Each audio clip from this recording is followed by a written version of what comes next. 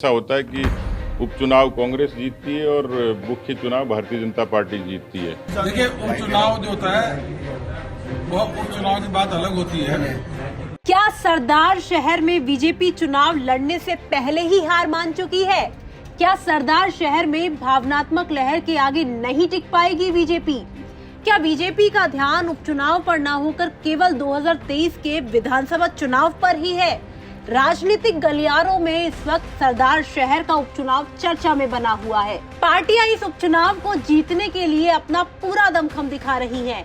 लेकिन हाल ही में राजस्थान बीजेपी के प्रदेश अध्यक्ष सतीश पूनिया और राजस्थान बीजेपी के प्रभारी अरुण सिंह के बयानों को सुनकर लगता है कि शायद बीजेपी चुनाव से पहले ही हार मान चुकी है।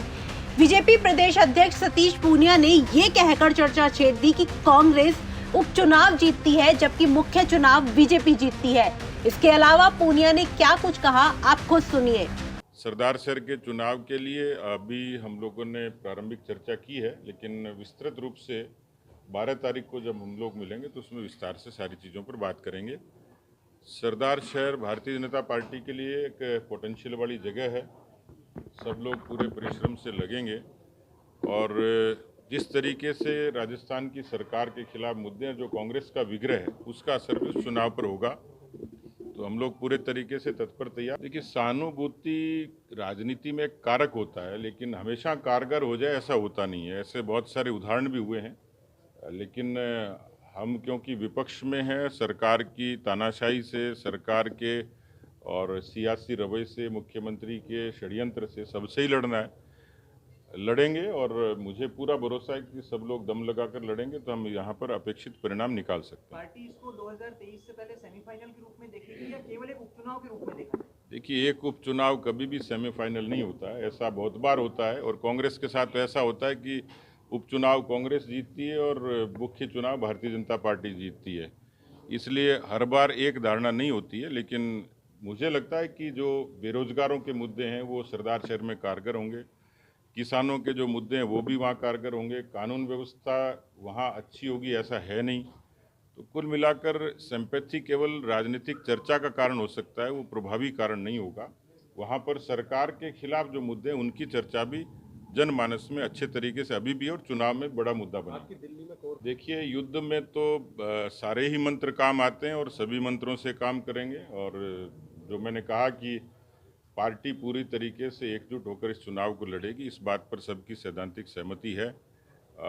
आने वाले समय में भले ही वर्चुअल होगा, लेकिन कोर कमेटी से भी इसकी विधिवत चर्चा करके आगे बढ़ेंगे। तो वही राजस्थान बीजेपी के प्रभारी अरुण सिंह ने भी भावनात्मक लहर की ताकत से इनकार नहीं किया है।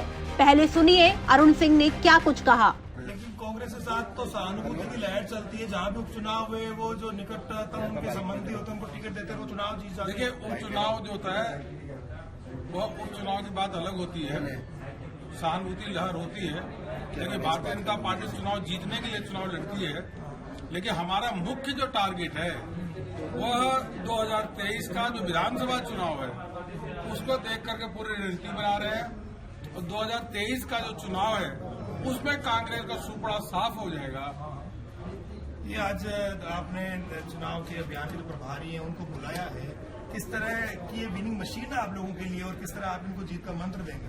भारतीय जनता पार्टी संगठन आधारित पार्टी है, कार्यकर्ताओं आधारित पार्टी है। हम कार्यकर्ताओं के साथ, उनकी ताकत के साथ, संगठन के ताकत के साथ, पूरी मजबूती के साथ राजस्थान की जनता के मुद्दे को उठाएंगे।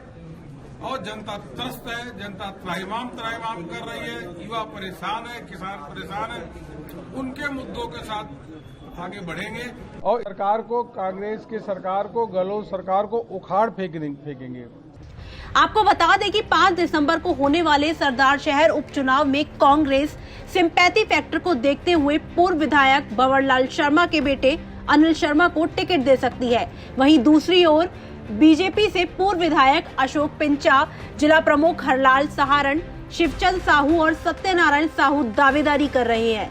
सरदार शहर में जाट वर्सेस ब्राह्मण फैक्टर काम करता है। कांग्रेस ब्राह्मण को टिकट दे रही है तो ऐसे में भाजपा जाट चेहरे पर दाव लगा सकती है। इसके चलते शिवचंद और हरलाल सहारण की दावेदारी मजबूत देखी जा रही है।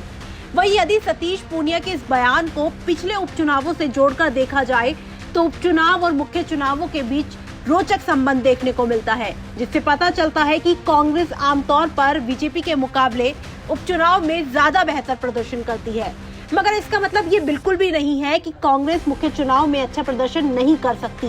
साल 2013 से 2018 के बीच 6 उपचुनाव हुए, इनमें से 4 कांग्रेस ने जीते। उसके बाद साल 2018 में कांग्रेस ने 99 सीटें जीती और सत्ता में वापसी की।